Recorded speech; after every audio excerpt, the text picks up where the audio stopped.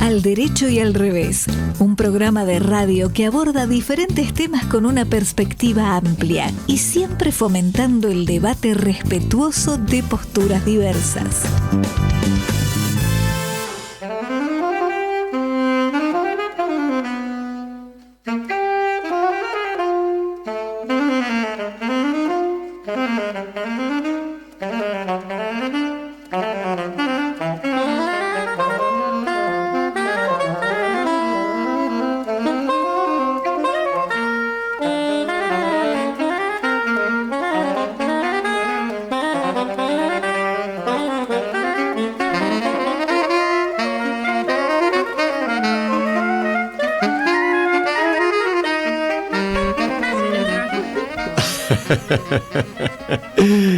¿Qué tal? Buenas tardes, ¿cómo andan? No, Marta, es que es tan linda la música de Piazzolla, ese tema es alucinante. Programa 456 de Al Derecho y al Revés. Yo cada vez que escucho el número del programa me asombro una vez más.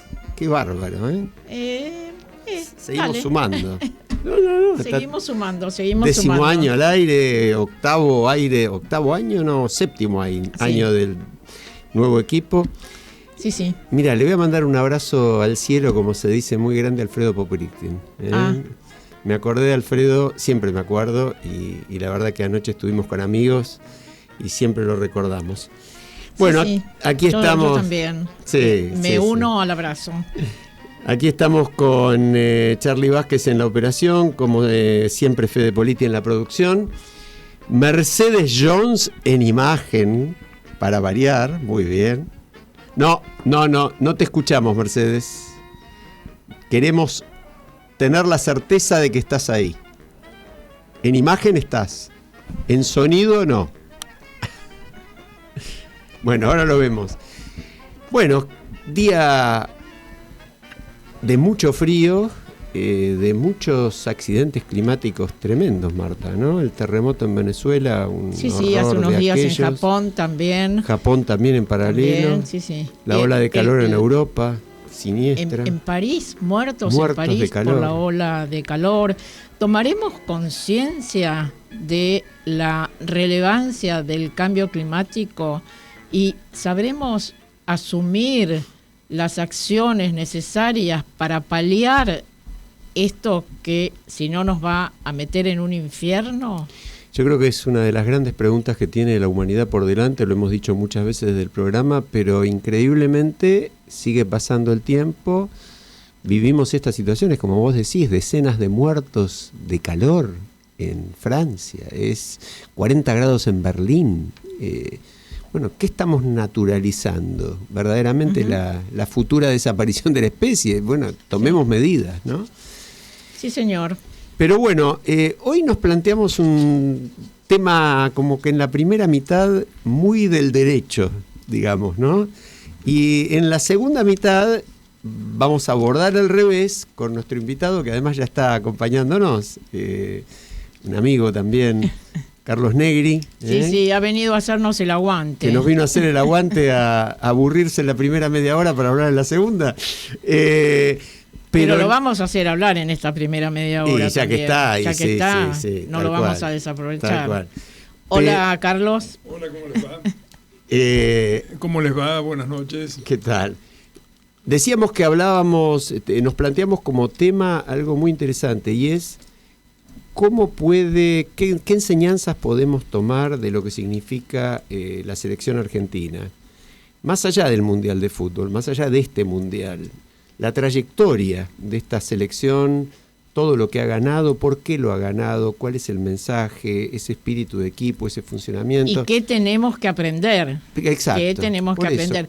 Y tenemos una columna muy interesante en relación a este tema. Sí. ¿Abrimos con eso? Y vamos a abrir con eso, sí. Lo escuchamos a Carlos March. Bueno, no lo tenemos todavía, pero está ahí, está latente lo de Carlos.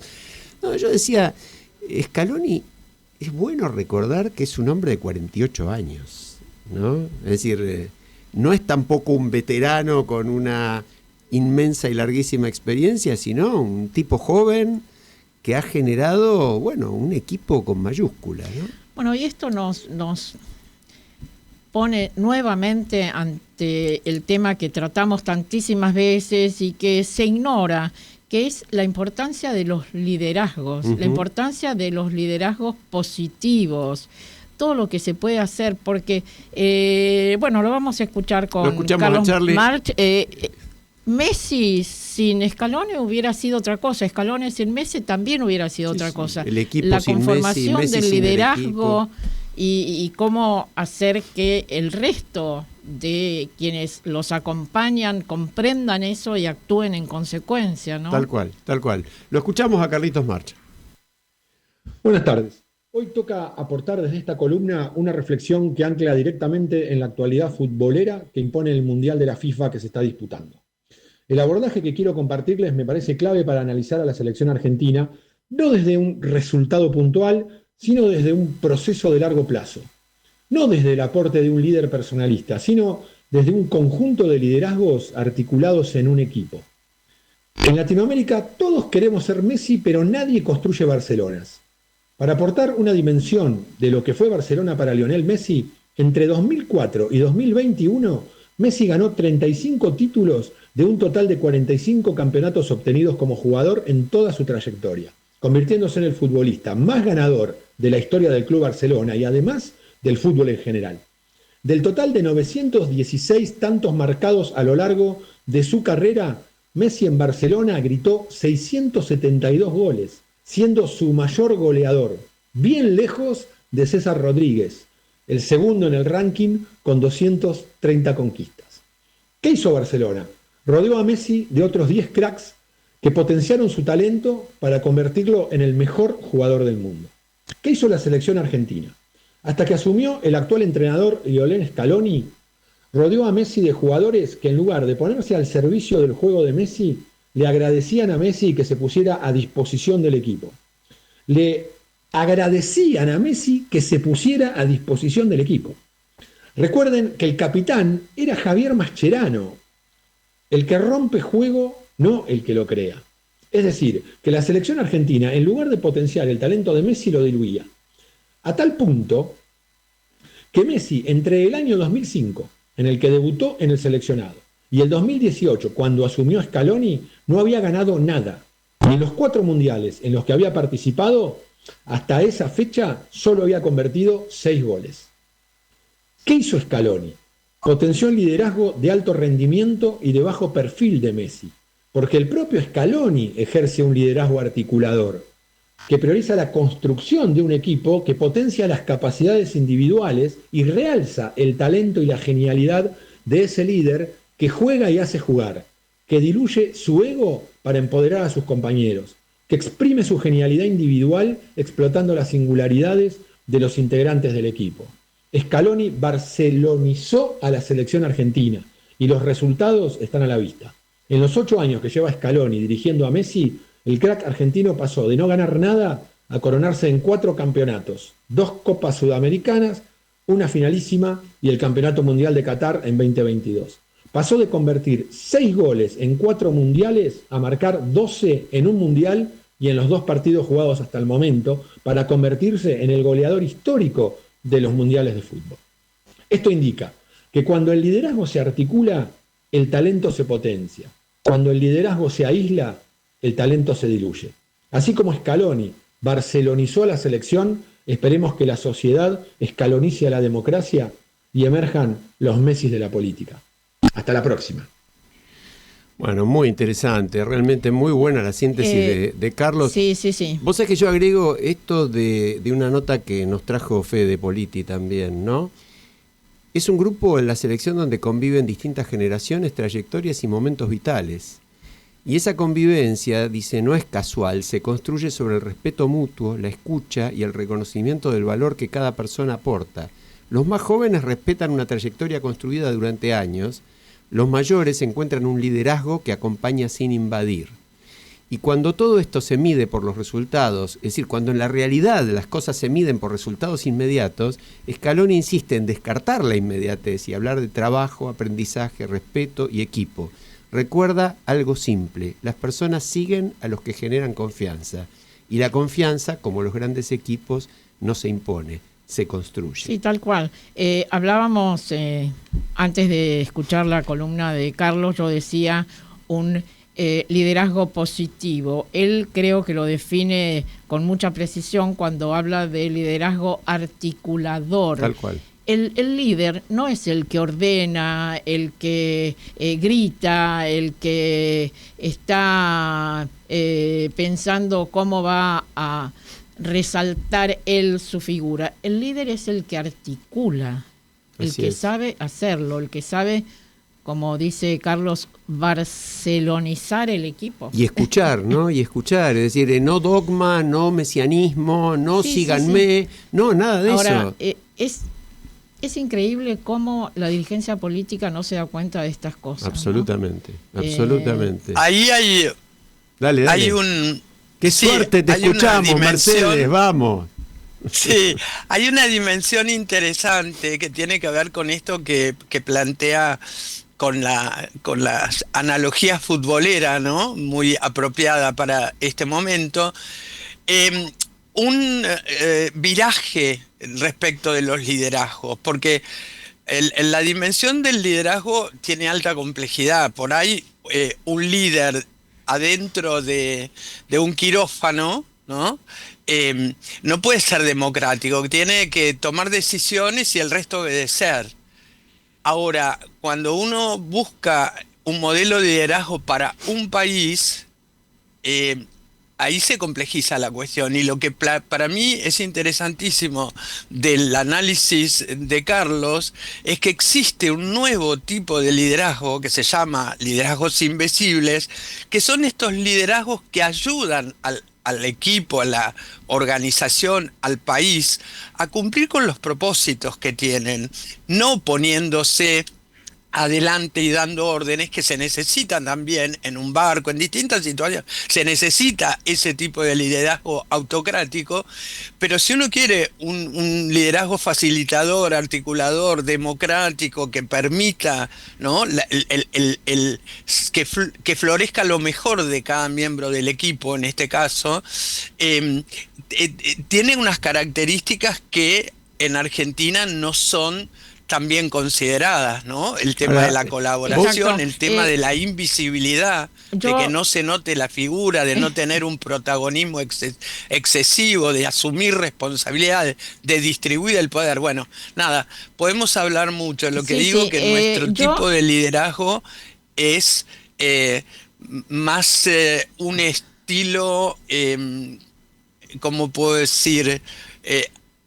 Centrado y de poca distribución del poder, sí, y eso no es bueno, ¿no? No, seguro. Te propongo, Ale, que adelantemos la presentación del invitado y le hagamos esta misma pregunta. ¿Qué opina de lo que acabamos de escuchar respecto del liderazgo que nos están mostrando Scaloni, Messi, etcétera, y lo que no ve la dirigencia política? Porque también lo hemos invitado para meternos en este tipo de cosas, ¿no? Bueno, Carlos Negri es abogado, especializado en Derecho Penal Económico, profesor universitario, fue más de 30 años director del Departamento de Derecho en la Facultad de Ciencias Económicas de la UBA, es cofundador, yo diría en buena medida autor intelectual y presidente de la ONG Integridad Republicana, que integramos con Marta también y que la hemos mencionado varias veces en el programa. Tuvo una trayectoria pública también, es largo el currículum por supuesto, no lo voy a mencionar, pero simplemente menciono que fue fiscal penal económico, fue síndico del Banco Central, fue interventor en 2 de los canales de televisión en la época que eran estatales. Así que bueno, es un hombre de derecho, particularmente del campo del derecho penal, y muy comprometido, en esto también coincidimos plenamente, con valores éticos y con la defensa de la vigencia de la ley y el fin de la impunidad de la corrupción, ¿no? Buenas noches, muchas gracias por la invitación. Respondiendo a la pregunta de Marta, hay una cosa que, es decir, el liderazgo sin valores no indica un camino sin rumbo y y sin brújula. Creo que el esfuerzo, el mérito, la dedicación, el reconocimiento a los mejores es lo que caracteriza el funcionamiento de Scaloni y la selección. Pero lo que a mí más me impresionó con este tema del Mundial es ver llorar a la gente cuando tocaban el himno. En circunstancias en las que las naciones aparecen como que se van diluyendo, van desapareciendo, donde el mundo carece de fronteras, ese himno, ese símbolo, esa vuelta a la nacionalidad representado por el fútbol, me hace repensar dónde están esos valores compartidos para que nosotros como país tengamos un rumbo común. Sí, ahora, vos sabés que tiene que ver con lo que venimos charlando también, porque el himno siempre fue significativo en un mundial de fútbol o cuando juega la selección. Pero en este caso en particular hay una fuerte identificación, por supuesto con la persona y la figura de Messi, ese perfil bajo de Messi, esa sencillez junto con su genialidad son una combinación espectacular, pero también con el equipo, y esto se lo escuchás a tipos que no les interesa mayormente ni la política ni otro tipo de cuestiones sociales y que sin embargo en esto sí se identifican con eso, con ese plus, con la idea de equipo, con la idea de esfuerzo colectivo, y eso genera una emoción colectiva. Ahora, yo lo iba a contrastar, miremos ese liderazgo por un lado y miremos dos noticias de hoy, una al derecho y otra al revés. Empiezo el derecho. Esteban Bullrich, desde su gigantesca estatura moral, renuncia al partido del cual fue, creo que uno de los cofundadores, intervino de siempre, por el apoyo que el PRO le da a Adorni. Eso es un tipo de liderazgo. Del otro lado, el presidente de la Nación firma todos los pliegos que aprobó el Senado, menos el de María Verónica Micheli, casualmente la cuñada de un periodista destacado de Hugo Alconadamón. Bueno, yo en estas contradicciones tenemos tan tremendas, ¿no? En relación a Esteban Bullrich, con quien compartimos los primeros pasos de RAP, la Red de Acción Política, que comenzó a nuclear políticos que tuvieran un sentido de visión de lo que querían para el país, y después, por supuesto, lo he seguido en relación a los cargos públicos que ha tenido. Y es muy importante los fundamentos de su renuncia. Él no renuncia, dice, por un problema de divergencia en la táctica, por un lugar que no le dan, etcétera. Renuncia por un problema de principios, y además tiene una frase que me parece maravillosa. El tiempo, dice en su renuncia, es demasiado valioso para vivir en contradicción con la propia conciencia. Es tremenda, esa frase es tremenda, sí. Y te agrego, cuando la conveniencia política comienza a pesar más que la responsabilidad ética, el liderazgo pierde su sentido más profundo. Aplica totalmente a lo que venimos charlando, ¿no? Exactamente. Muy impactante. Sí. Mercedes. Sí, yo llevaría a algo como que me llamó la atención, porque vos planteaste, Carlos, que en Argentina la responsabilidad penal empresaria no funciona, ¿no? Porque la sociedad le otorga un valor a la corrupción. ¿Qué querés decir con eso? ¿La corrupción argentina es solo ilegalidad o también es una forma de prestigio mal entendido, no? Linda pregunta.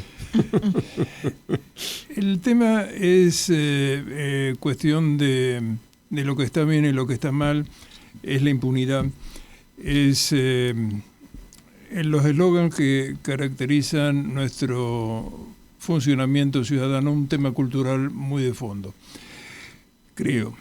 Por lo menos eso es lo que pienso. Cuando alguien dice se la llevaron toda, lo que está diciendo en realidad, se llevaron toda y no me dejaron nada para robar a mí.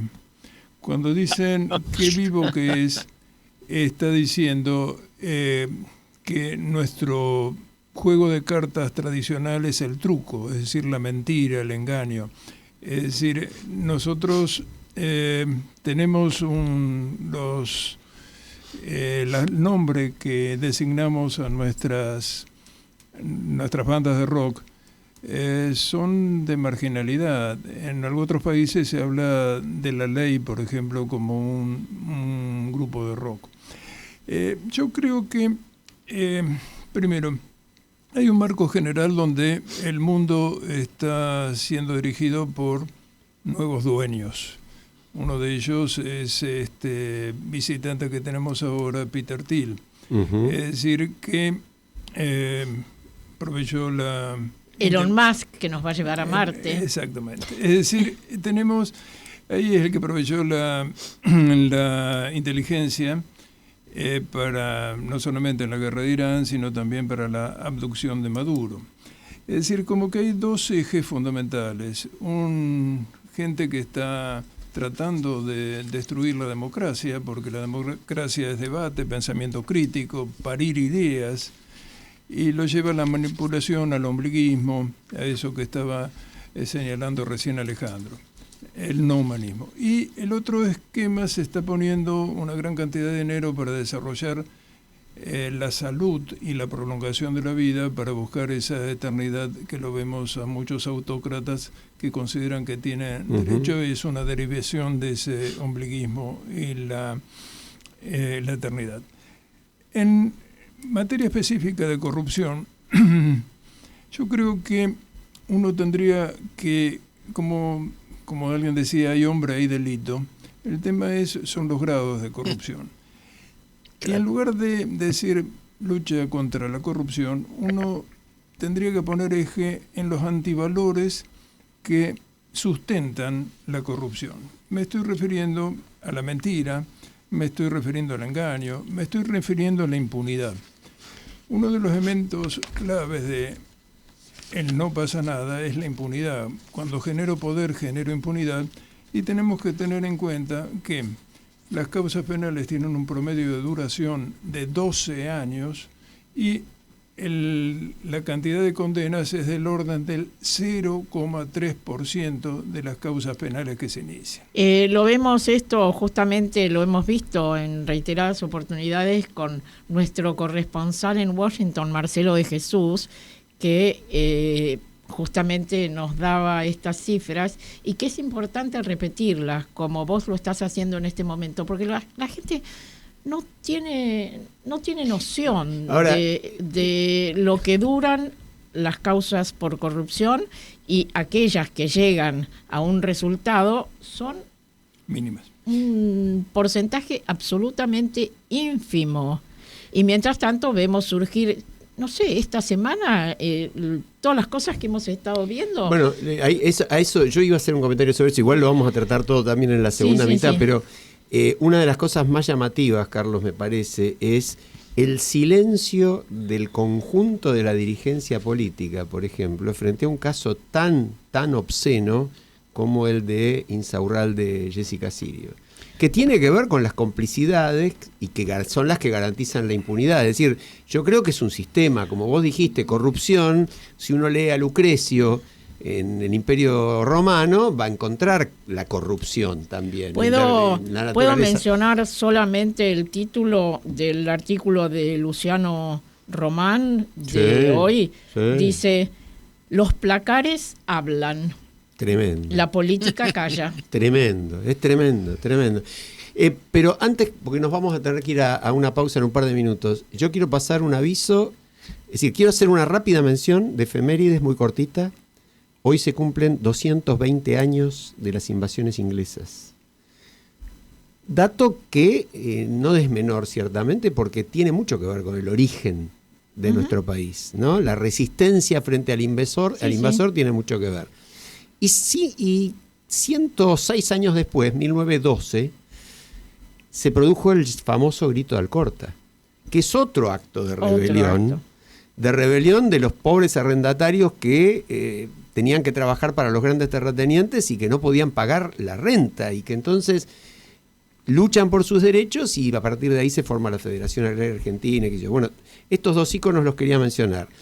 Y después quiero invitar a un acontecimiento al que yo voy a hacer todo lo posible por concurrir, muy significativo, que va a ocurrir en el Centro Cultural Ernesto Sábato. ¡Ay!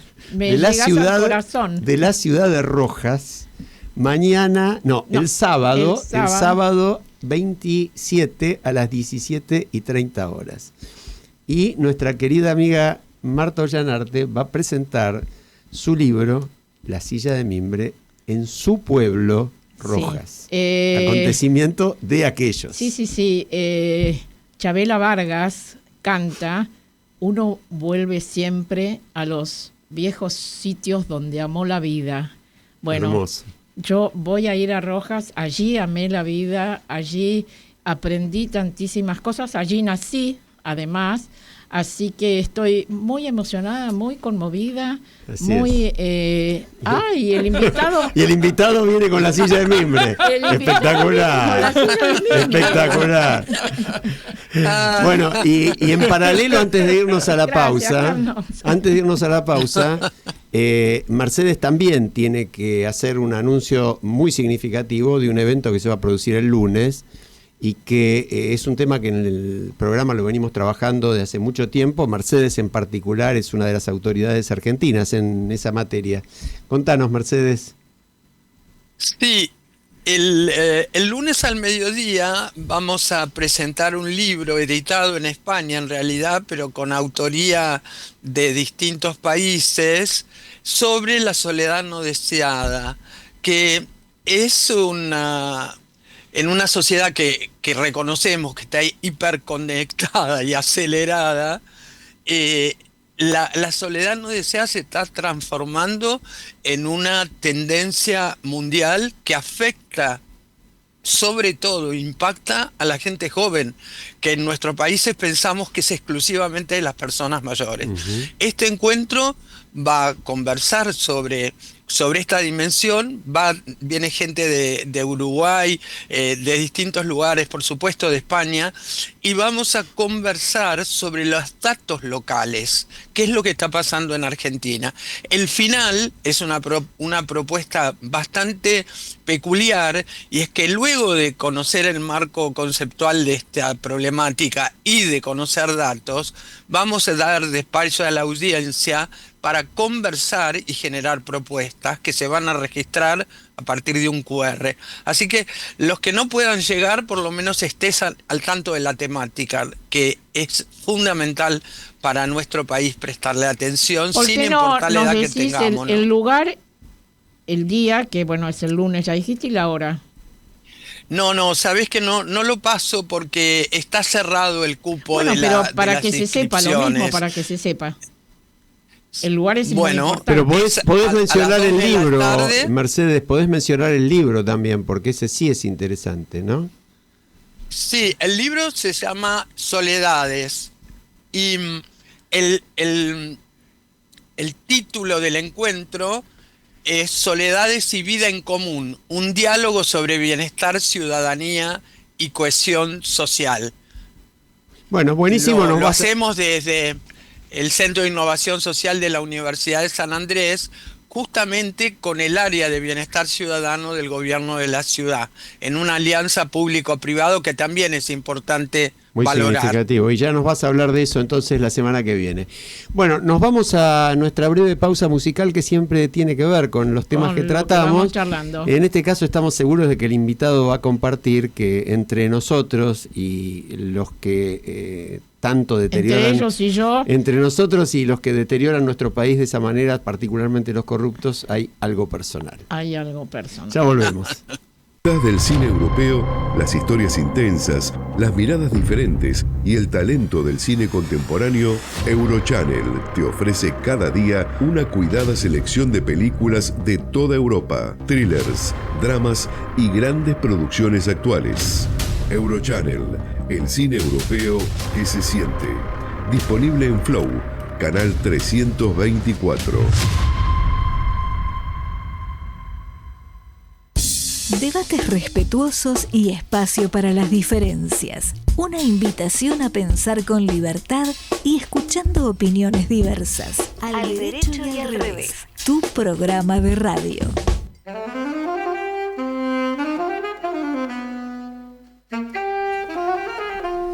Bueno, estamos de vuelta. Efectivamente, entre nosotros y los corruptos hay algo personal. Y no solamente los corruptos, todos los que de una manera o de otra evitan que este país deje de estar al margen de la ley, ¿no? Para recordarlo a Carlos Nino. Efectivamente. Carlos, dijimos que sos el presidente de Integridad Republicana. Contanos qué es Integridad Republicana. Es un grupo de gente interesada por el país tratando de rescatar los valores democráticos de convivencia, de debate, de discusión, pensamiento crítico, en un contexto mundial en el cual el ombliguismo y el autoritarismo está enfrentado a los valores republicanos. Ese pensamiento autoritario se ve plasmado en un montón de situaciones. Eso siempre me hace acordar a Erich Fromm, El miedo a la libertad. Entre la seguridad y la libertad, el hombre generalmente busca la seguridad. Y en ese esquema, Erich Fromm, en el 1941, plena época hitleriana, se preguntaba por qué la gente apoya esos regímenes que van carcomiendo sus derechos y sus libertades. Es decir, ¿por qué hay ese apoyo? Y es el miedo a la libertad, el miedo a la responsabilidad, el transferir el pensamiento propio al seguimiento. Eso conlleva a la renuncia al rol de ciudadano. Bueno, la Asociación Integridad Republicana, que hay gente mucho más importante que yo, Marta y Alejandro entre ellos. Es un honor estar en Integridad Republicana. Y un placer. Lo que estamos tratando de hacer es justamente marcar, señalar esos desvíos institucionales, esos desvíos que muchas veces lo vemos cuando hay un pensamiento sesgado o hay una visión sesgada de la realidad, hay dueños de la verdad. Esa deformación de ver todo desde el punto de vista de lo utilitario, esa pérdida de humanismo, eso está muy claro y lo estamos viviendo en una tendencia mundial. Como especialista en tema penal económico, no entrando en la cuestión técnica, pero sí para que la audiencia entienda, me parece que hay un tema que se ha tratado mucho en los medios y con muy poca claridad con respecto a dos grandes causas actuales, una la de Adorni y otra la de Insaurralde. Me refiero al enriquecimiento ilícito. Sí. Yo lo que querría que le expliques a la audiencia es por qué en el enriquecimiento ilícito el que tiene que probar que cada centavo que tiene fue bien habido, su incremento, es el funcionario. Es decir, se invierte, lo que llaman derecho a invertir la carga de la prueba, pero eso significa que no es que el que acusa tiene que probar. Si tenía 5 y tiene 10, la diferencia la tiene que probar el funcionario. Sí, es una vieja norma en la cual el primero se circunscribe a un delito especial, se circunscribe al funcionario público. El funcionario público que en el ejercicio de sus funciones incrementa su patrimonio de tal manera que no puede demostrar significativamente su patrimonio de manera que no lo puede demostrar. No solamente está el caso Devido, está el caso Adorni, está el caso Devido, el viejo caso de María Julia Alzogaray. Es decir, funcionarios públicos que aumentan enormemente su patrimonio en el ejercicio de sus funciones. Esa inversión de la carga de la prueba consiste en que el funcionario público tiene que demostrar el origen de sus fondos, la trazabilidad. Y en el caso de Vido, por ejemplo, hay una derivación de la causa de vialidad, que se armó otra causa y cambio de juzgado, hay una que está en la etapa de juicio y hay otra que está en pleno trámite. El tema es el tiempo de duración. Es decir, cuando las cosas se demoran en el tiempo, hay muy pocos abogados que llegan al cielo. Es decir, es muy fácil demorar una causa. Es decir, la otra parte vos te reís, pero es decir, hay que ver, para saber cuando un abogado miente, hay que ver si mueve los labios, ¿no? También es cierto eso.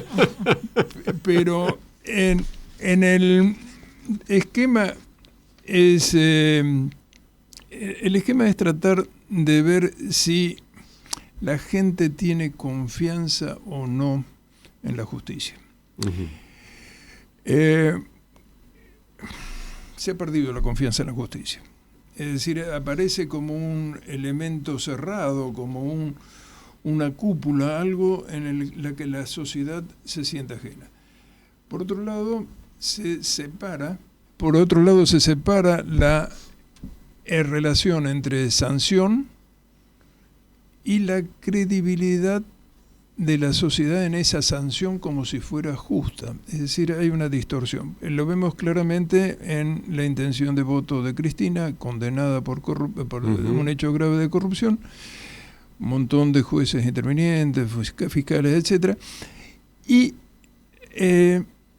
Lofer, perseguida política, etcétera. Es decir, hay esa separación, esa grieta entre lo que dice la justicia, lo que dice la ley, lo que dicen las sentencias y un 40% de credibilidad y de apoyo. Lo vemos también en Río Negro, lo vemos también en Neuquén. Es decir, bueno, Insaurralde lo agarraron en el yate unos días antes de las elecciones anteriores y su candidato ganó cómodamente en Lomas de Zamora a pesar de eso, ¿no? Bueno, entonces ahí me pregunto, es decir, ¿qué vivo que es? Se robó todo. Es decir, esa sensación del engaño, esa sensación de impunidad, total, no pasa nada. Yo te pregunto para ver ¿cómo deberíamos empezar a salir en algún momento de esto? ¿Qué rol debería tener la educación? ¿Cómo está la educación ahora? ¿Qué está pasando con los jóvenes en relación a este tema?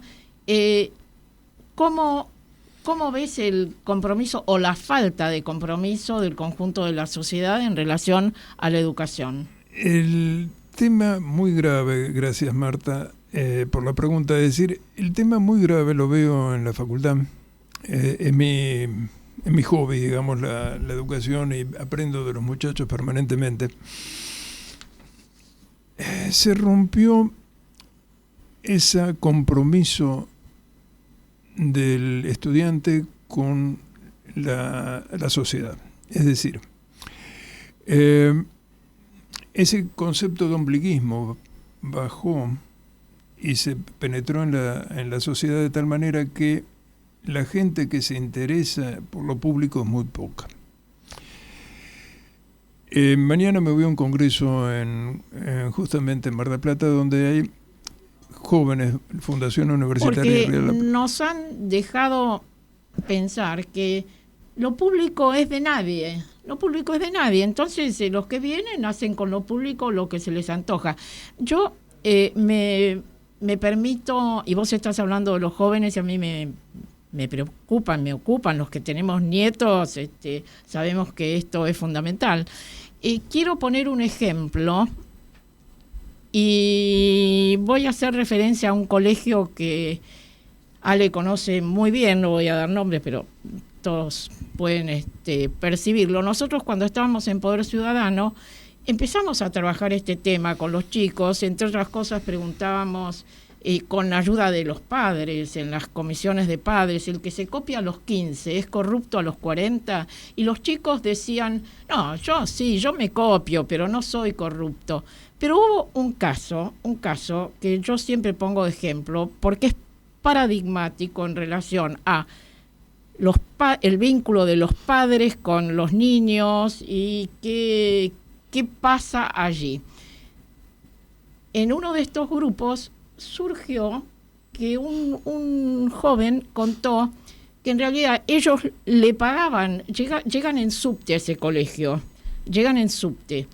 ¿Y qué hacían? Le pagaban al boletero 3 cospeles, ¿no? ¿Me siguen?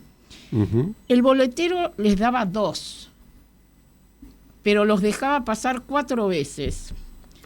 Es decir, ganaba el chico, que pagaba uno menos, ganaba Ganaba el boletero y perdía, que- y perdía el sub. Bueno, entonces los chicos decían, ganamos todos, gana el boletero y ganamos nosotros. Entonces, la comisión esta de padres, que algunos se asombraron de lo que están haciendo sus hijos y no lo sabían, dijeron, a ver, ¿qué pueden decir ustedes del subte? Bueno, los asientos están mal, está roto. Bueno, a ver, ¿por qué no averiguan? Y los padres colaboraron en eso. ¿Cuánto costaría arreglar 2 vagones de subte o 3 o los que? ¿Cuánto costaría? Hicieron esa cuenta y después hicieron la cuenta de cuánto le estaban sustrayendo a lo público con lo que se quedaba el boletero y con lo que supuestamente ganaban los chicos. Podían llegar a arreglar 3 vagones con eso. Claro. Cuando los chicos tomaron conciencia de eso, con un ejemplo concreto, porque desde la teoría es difícil convencer a un niño o a un joven, con un ejemplo concreto, mira, vos estás creyendo que vos ganás el boletero y todos nos están jorobando a nosotros. Ujú. Como habíamos sacado en su momento una remera de Poder Ciudadano, yo corrompo, tú corrompes, él corrompe, todos nos perjudicamos. Claro, tal cual, tal cual. Mira, el tema es muy grave por los modelos arquetípicos que tiene la sociedad. Cuando estaba en Canal 13, desarrollé un sistema de... Se necesitan personas a seguir. Ahí, cuando damos clase, señalamos, en base al esfuerzo, al mérito, etcétera, qué personas o qué personajes merecen ser seguidos. El otro día estaba mi mujer, Ana, en una fila en tribunales y en una cola una mujer abogada comentaba así a voz de cuello que qué vivo que era su hijo, que había coimeado a un compañerito de escuela porque vio que se estaba copiando y para no avisarle al profesor que se estaba copiando el compañero, le cobró una coima y Qué entonces decía, bárbaro. qué vivo que es mi hijo. No, Cuando, No se puede creer. ya cuesta, sí, demasiado. entonces cuando le recriminaron, recién ahí retrocedió. Es decir, cuando se hace una valoración de lo perverso, de lo feo, o sea una elaboración así se valora bien la mala educación, el mal lenguaje, el descrédito, el sistema de la cancelación que viene desde Roma, el adamatio. Es decir, todo eso forma parte de un contexto en que yo me salvo y el resto no existe. Volviendo a tu pregunta anterior. Nadie se salva solo. Nadie se salva. Es decir, en un libro que escribimos hace tiempo, decía, si quieres ir rápido, ve solo, si quieres ir lejos, ve acompañado, un viejo proverbio africano. Es decir, ¿cómo funciona una sociedad donde cada uno es individual y se mete así dentro de sí mismo, una sociedad pantalla, una sociedad aislada, una sociedad en soledad, como decían recién? Es decir, ¿cómo logramos hacer de esto un país vivible, un país en el cual tengamos reglas, tengamos previsibilidad? Por supuesto que las reglas son enemigas de los autoritarios. Por supuesto que el sistema de derecho es enemigo de todo aquel que quiera imponer su voluntad. Los enemigos de la democracia son enemigos de las reglas. En eso estamos. Mercedes, ¿estás ahí? Nos dijeron que estabas ahí. Sí. Un poquito accidentado hoy la conexión, pero Es tan interesante lo que estás hablando, ¿no, Carlos? A mí me parecía que en toda tu derrotero personal, profesional, que has estado en tantos espacios, ¿no? Y tan diferentes instituciones, ¿no? Empresa, universidad, e inclusive trabajando con la propia ciudadanía desde la fundación. ¿Dónde ves vos que se puede generar esta construcción de una cultura de la integridad? ¿En qué procesos o en qué espacios? ¿En dónde lo estás viendo, no? Mira, ahí lo que decía Marta es enteramente cierto, es un tema de la educación y creo que la labor de los docentes es formar ciudadanos responsables. Creo que tenemos que trabajar sobre los antivalores. Por ejemplo, la mentira. Había presentado un proyecto que desgraciadamente no tuvo estado parlamentario, por el cual, tomando alguna legislación americana de Norteamérica, sancionaba a la mentira. Es decir, uno cuando ve las películas ve ese silencio que guarda la gente cuando dice me amparo en la Quinta Enmienda. Pero si declara y miente, se le aplica al que declara la misma pena que al testigo que depone falsamente, testigo falso. Acá en la Argentina nosotros hemos... De hecho, ¿te acuerdas, perdón la interrupción? Clinton, cuando es descubierto en la situación aquella con la becaria en la Casa Blanca, la acusación de la que no pudo zafar era la de haber mentido. Y además se cayeron muchos porque la verdad aparece como valor. En nuestra sociedad, el deporte o la carta de juego de naipes es el truco, el engaño. Nosotros con el mismo artículo de la Constitución americana hemos interpretado el artículo 18 de la Constitución Nacional diciendo que el que nadie está obligado a declarar contra sí mismo, dice que eso lo faculta mentir.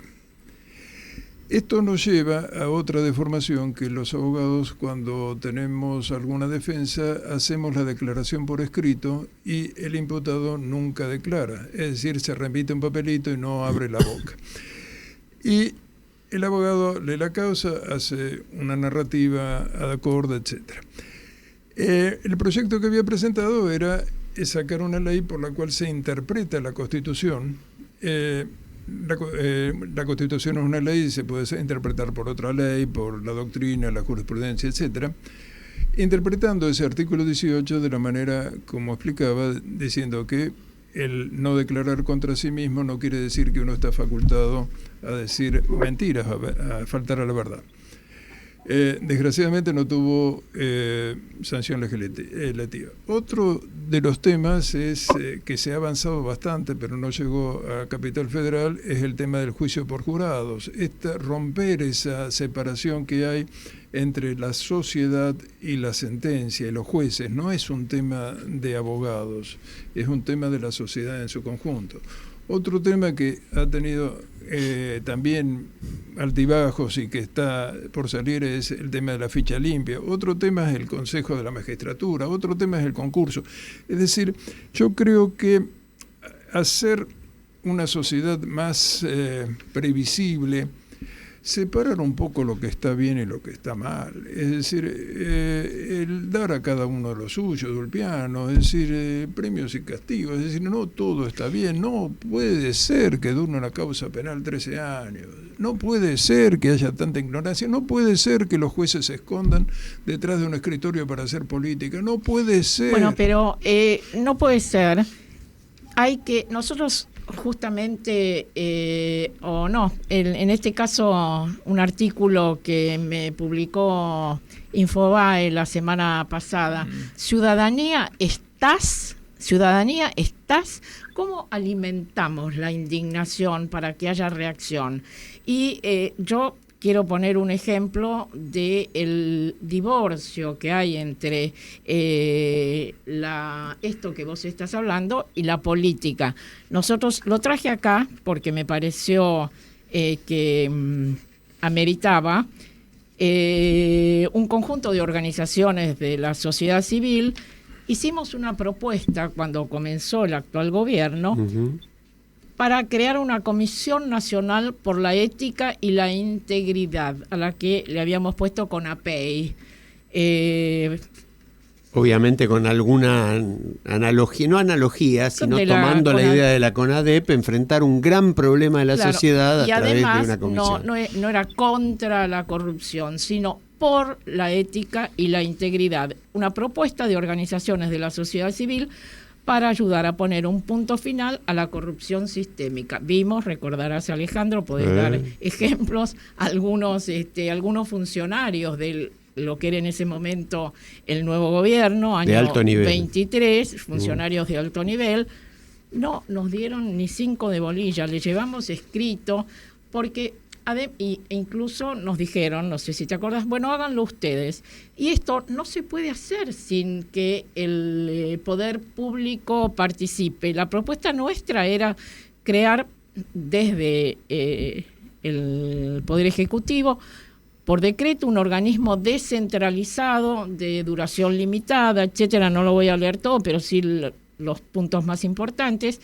Ese organismo podrá receptar sugerencias y denuncias presentadas por personas y organizaciones de la sociedad civil. Las reuniones deberán ser abiertas y transmitidas online, a efectos de asegurar la transparencia de su actividad. Se invitará al Congreso Nacional a designar 3 representantes por cada una de las cámaras, a fin de que participen de la comisión como observadores de su tarea. Asimismo, podrá invitarse en igual carácter a representantes de organismos internacionales dedicados a esta temática. Al finalizar su cometido, se realizará una presentación pública que incluirá conclusiones y recomendaciones. Y propuestas, porque esa era la idea, claro, ¿no? La porque, idea era que genere propuestas. Sí, y que tienen que participar todos los sectores. Esto no puede hacerse solo desde organizaciones de la sociedad civil, si no hay un compromiso desde la administración pública. Y las organizaciones que firmaban, bueno, la DOAR, Argentina Conversa, RedNap, Plan País, Movimiento por los Valores, Fundación de Diplomacia Ciudadana, el Foro Argentino de Reflexión y Orientación, Foro Patriótico Manuel Belgrano, y si hubiera estado en ese momento, pero todavía no había sido fundada, Integridad Republicana sin duda estaría firmando también esto. Sí, ahora, ahí yo te agrego, porque nos quedan un par de minutos, como para redondear una idea. ¿Cómo se hace para enfrentar esta idea generalizada de que no es mucho lo que se puede hacer? Porque hoy mencionábamos lo de Insaurralde, por ejemplo. El silencio de la dirigencia política de todos los partidos es atronador con respecto a eso. ¿Por qué? Porque están todos involucrados. Detrás de Insaurralde ni hablar, está el juego y está la distribución de muchísimo dinero. No, y ni hablar de la casta judicial, llamémosla así, como es la familia judicial con la actual composición del Ministerio de Justicia. ¿Cómo hacemos para romper todo eso? Es decir, mira, yo lo que creo es que lo que creo es que el punto medio, el equilibrio, está cada vez más reducido porque se genera poder en base del amigo-enemigo de la CLO. Entonces, cuando las campañas se hacen en base a la disputa, al insulto y demás, no importa lo que está bien y lo que está mal, sino es mío o es del otro. Uh-huh. Eso también deriva en que no se respeta el pensamiento ajeno, es decir, y que el enemigo elegido, es decir, Vance, el vicepresidente de Trump, decía que el enemigo son las universidades, y el interés general es reemplazado por el interés particular. No existe consenso sobre la regla de juego y sobre el valor de las instituciones democráticas. Entonces, ¿cómo se hace para que el medio tenga camino? Y es difícil, pero hay que seguir. ¿Por qué? Porque va a definir ese 15% lo que manda en el futuro. Y bueno, y es lo que también titula Marta, ¿no? Ciudadanía, vení. ¿Dónde estás? Hagámoslo. El que está y se está poniendo los pantalones, es el lobo. Y el lobo es el futuro. Tal cual. Y Messi solo no puede. Es el equipo. No puede. Necesitamos el equipo, necesitamos el Scaloni, necesitamos la hinchada, necesitamos todo. Bueno, y necesitamos irnos porque nos están echando. Hasta la semana que viene. Nos vamos con el Nano Serrat, como siempre. Nunca es triste, la verdad. Lo que no tiene es remedio.